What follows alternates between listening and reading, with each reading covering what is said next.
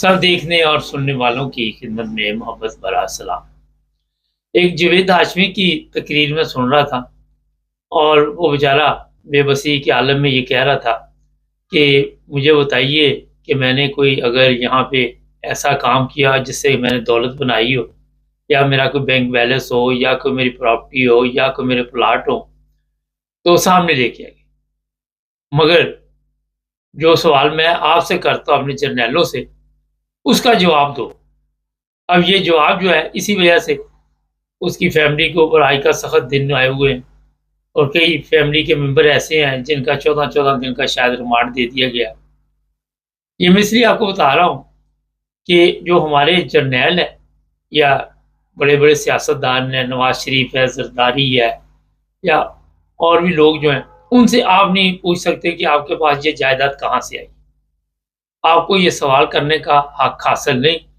اس پر اگر آپ سوال کریں گے تو آپ کے اوپر غداری کا مقدمہ چلے گا۔ آپ ملک کے غدار ہو۔ سوال آپ فرض کریں نواز شریف پہ کرتے ہیں یا اپنے جنرل صاحب سے کرتے ہیں، تو اس کا جواب یہ ہے کہ آپ اس ملک کے غدار ہیں۔ اور اس غداری کے چکر میں انہوں نے بے شمار لوگوں کو قتل کیا، بے شمار لوگ مارے گئے، بے شمار لوگ جیلوں میں پڑے ہوئے۔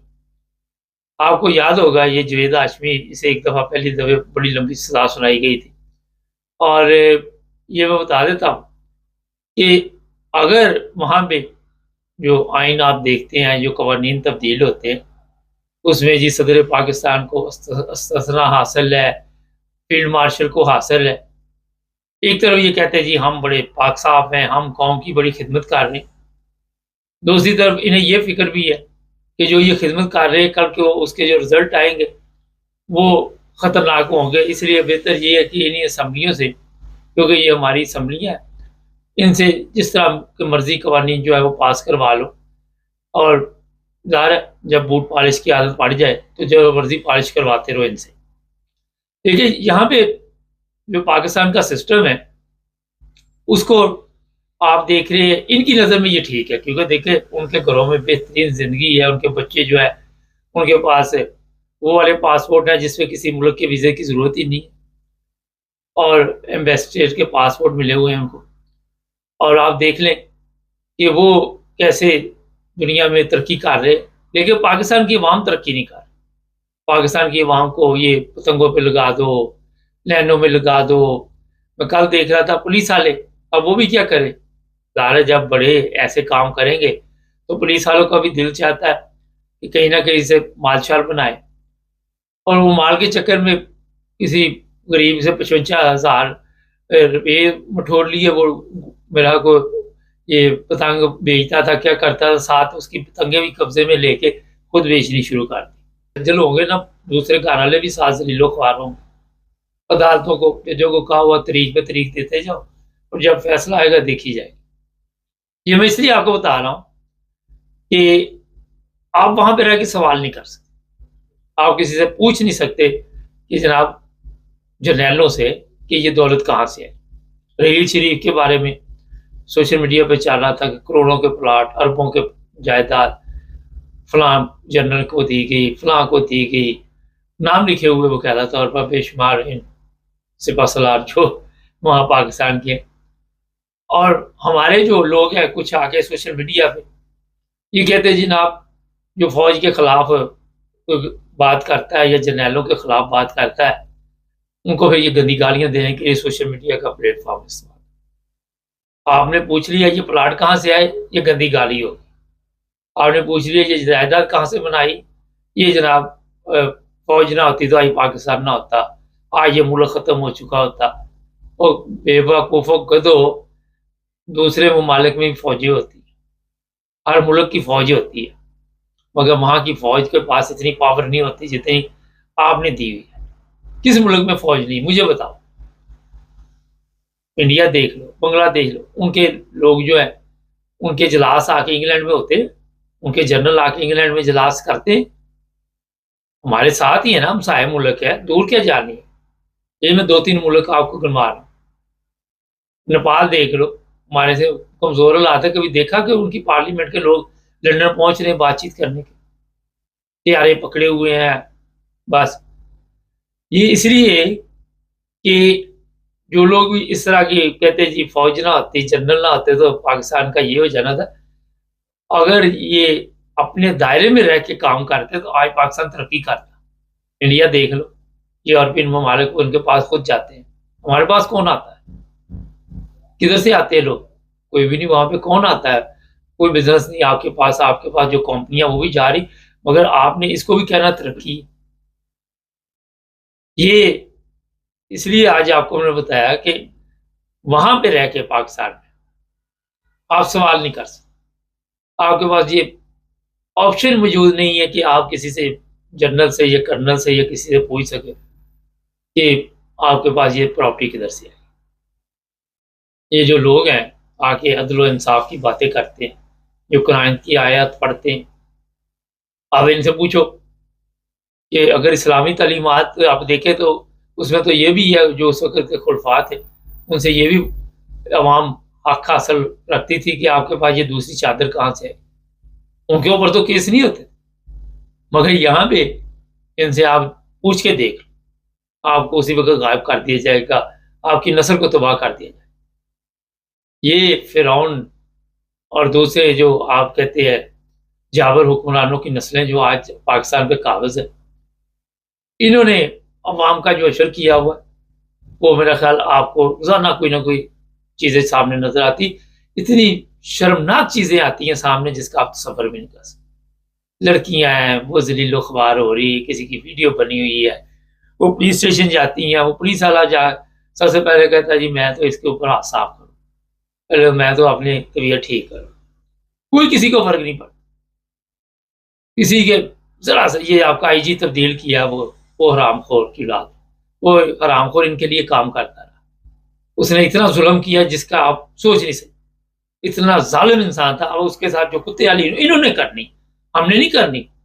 اس سے کوئی بیان نکل جانا منہ سے, زبان کو تالا اس کو کیا ہوگا لگا لو. اب اسے کوئی ایسی بات نکل جانی ہے ان کا جو اصل چہرے ہیں اور اپنی کرتوتوں کے متعلق, اس کے بعد اس کی بھی کمختی آ, یا تو وہ پاکستان چھوڑ کے اب چلے جائے گا. آنے والے دنوں میں آپ کو اس چیز کی اطلاع ملتی ہے.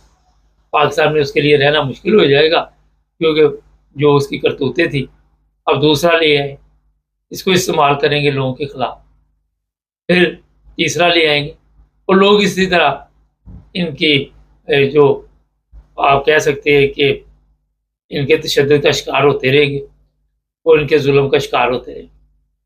یہ کئی دفعہ خدا گواہ ہے, ادھر بیٹھے ہوئے ہیں یورپ میں, دیکھتے ہیں جب وہاں کی حالت چھوٹی چھوٹی بات پہ. کل میں ایک ویڈیو دیکھ رہا تھا, میرے پاس موجود ہے, میں کوشش کروں گا اینڈ پہ وہ ویڈیو لگاؤں, وہ ضرور دیکھیے گا. میں نے ایک ریڑھی والا تھا, اس نے پولیس والے کو دیکھا تو بیچارے نے دوڑ لگا دی. عوام اس خوف میں مبتلا کر دی گئی. وہ پولیس والا اچھا تھا, اس نے بلایا, پیار سے بات کی, لیکن ذہنی طور پہ عوام کو مفلوج کر دیا گیا. وہ چند سیکنڈ کی ویڈیو آپ دیکھ رہے گے تو آپ کو پتا چل جائے گا کہ اس عوام کا انہوں نے کیا حشر کیا. اور میرے دل سے لعنت ان لوگوں کے لیے نکلی. میں نہیں نکالنا چاہتا, مگر دل سے نکلی کہ یار انہوں نے کیا. تو میں یہ کہہ رہا تھا کہ شکر کرتے کہ ان ممالک میں رہ رہے ہیں, عزت سے زندگی گزار رہے ہیں, کسی کی ضرورت نہیں آپ کے لیے کوئی مشکل پیدا کرے. یہاں بھی یہی لوگ مشکل پیدا کرنے کے لیے لوگوں کو, کبھی گوروں کو, کبھی کسی کو استعمال کرتے ہیں لوگوں کے گھروں پہ حملے کروانے کے لیے, کبھی کسی کے لیے, کبھی کسی کے لیے. ایک کڑی بھی مل گئی نہیں ان کے ساتھ جا کے, جس طرح پچھلے دنوں کچھ لوگوں کو گرفتار کیا گیا, تو آپ کو پتہ چل جائے گا کہ کس طرح آپ رنگ رنگ آ کے پکنک مناتے ہیں. یہ نہ سمجھے کہ یہاں پہ بھی وہی چکر چلتا. تو یہ جو لوگ ہیں یہ کب تک حکمران رہیں گے, کب تک عوام کی جان نہیں چھوٹے گی. میرا نہیں خیال کہ اتنی آسانی سے عوام کی بھی جان چھوڑنے والی ہو, کیونکہ ایسے خطرناک طریقے سے ان کو گھیرے میں, جس طرح میں نے بتایا وہ ویڈیو, گھیرے میں انہوں کو لیا ہوا ہے جس کا آپ اندازہ نہیں کر سکتے, آپ سوچ نہیں سکتے.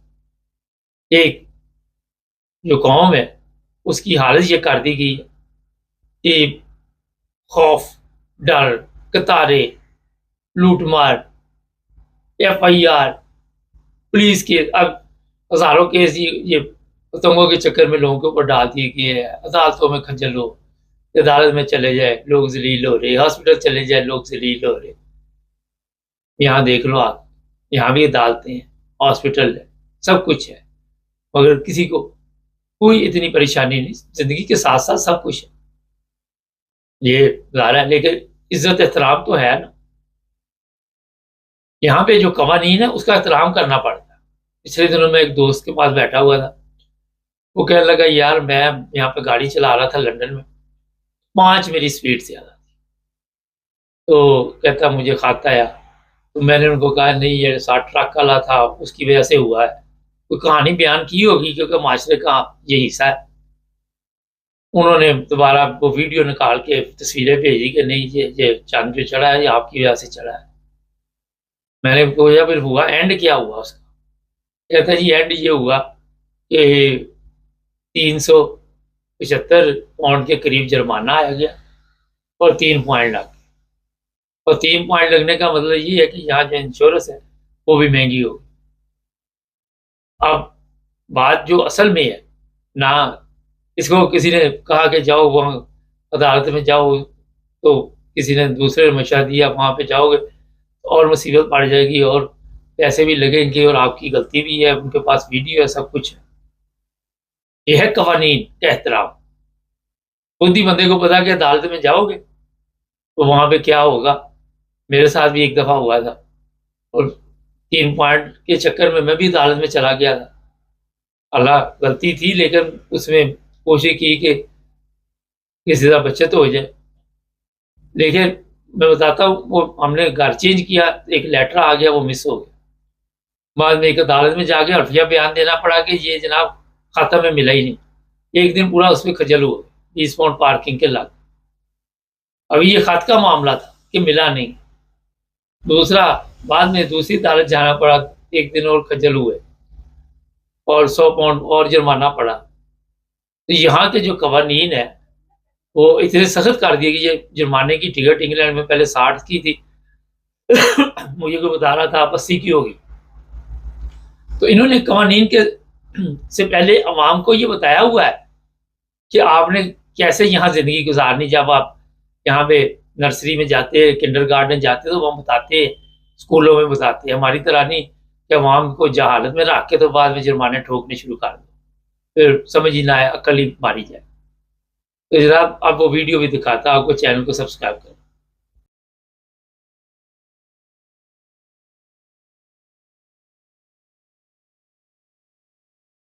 سب دیکھنے اور سننے والوں کی خدمت میں محبت بھرا سلام۔ ایک ویڈیو کل سوشل میڈیا میری نظر سے گزری، ایک مولانا صاحب ہے، اتنی صاف آواز بھی نہیں ہے، تصویر بھی نہیں، مگر میں نے کہا کیوں نہ اس پہ بھی ایک پروگرام کیا جائے، سنایا جائے مولوی صاحب کیا کہتے ہیں، چند سیکنڈ کی ان کی بھی سن لیں۔ کیا جناب اتنی محنت کی یہ ہوتی ہے انہوں نے بھی۔ جی اس کی پیچھے کہانی یہ ہے، وہ نہیں تھے، احمدی نہیں تھے، مزاحی نہیں تھے، یہ تو واضح بات ہے، لیکن لوگ بچارے اس طرح سے لوگوں کا قصور بھی نہیں ہے، جو دیکھتے تھے وہ ساتھ اس کی ایک ایگزامپل دیتا ہوں کہ جنرل ضیاء الحق صاحب کے بارے میں کہا جاتا تھا کہ یہ احمدی ہیں، مرزائی ہیں، یہ سنا آپ لوگوں کسی نے کہا جاتا تھا۔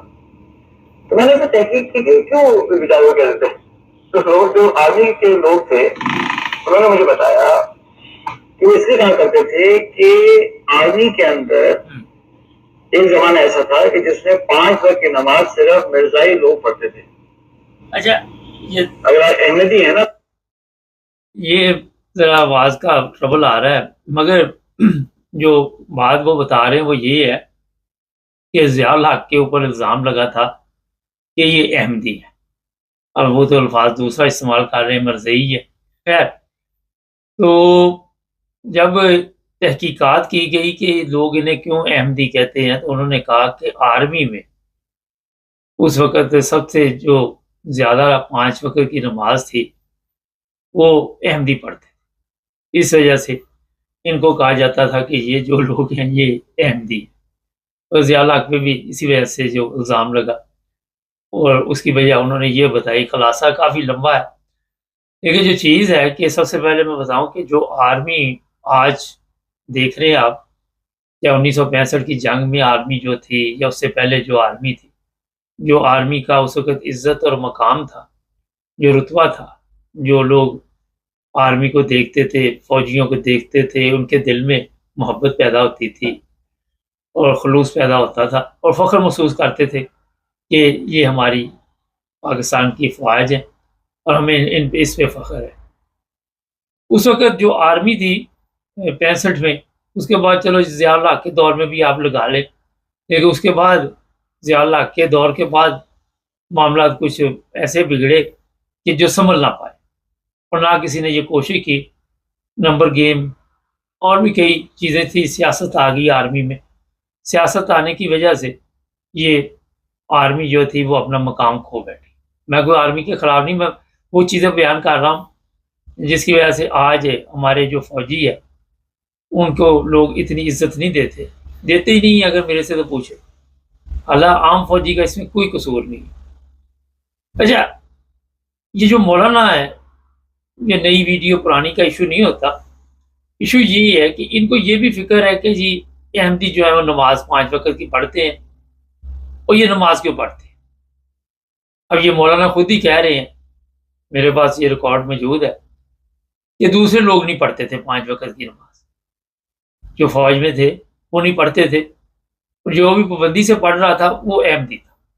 بڑا یار عجیب، ویسے آپ کے لیے اب یہاں پہ یہ مولانا صاحب نے اپنے، کیونکہ کسی کو غلط ثابت کرنا تو وہاں پہ اس کی نمازوں کو بھی غلط ثابت کرنا پڑے گا، اس کی عبادت کو بھی غلط ثابت کرنا پڑے گا، اس کے جو بھی اچھے کام ہوں گے ان کو غلط ثابت کر کے یہ اپنے جو غلط کام ہے ان کو اچھا ثابت کر سکتے۔ یہ ہے اصل میں پرابلم جو ان علماء کی ہے، اور ان کے نزدیک اگر کوئی احمدی 5 وقت کی نماز پڑھتا ہے، ابھی یہ رمضان آ رہا ہے، اب پچھلے رمضان میں آپ نے دیکھا تھا کبھی کسی نے دیگ دے دی، کسی نے کچھ کر دیا، رمضان میں نہیں، وہ تو ویسے بھی ایک دیگ دے دی کہ تو کیس بن گئے تھے، کیونکہ وہ لوگ خود ہی آ کر تتر بتر ہوئے ہیں جو اس طرح کے کیس بناتے ہیں۔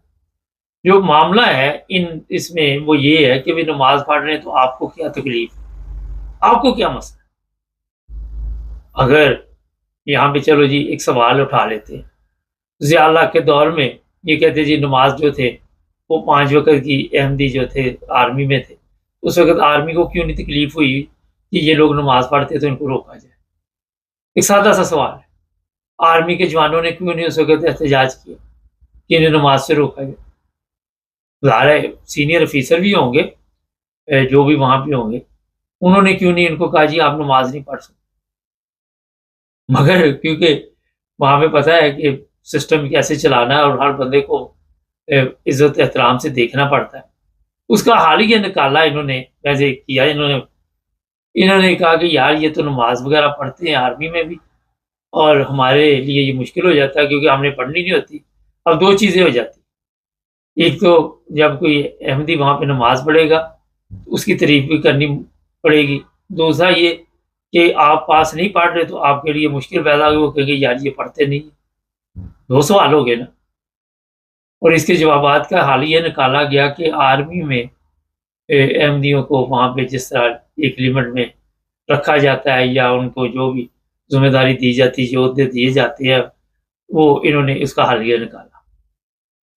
یہی ہے اصل میں جو ہر پروگرام میں آپ کو بتاتا ہوں کہ عدل نہ ہونے کی وجہ یہ ہے کہ آج تک ہم ایک قوم نہ بن سکے، یہ ہر پروگرام میں بتانا پڑتا ہے۔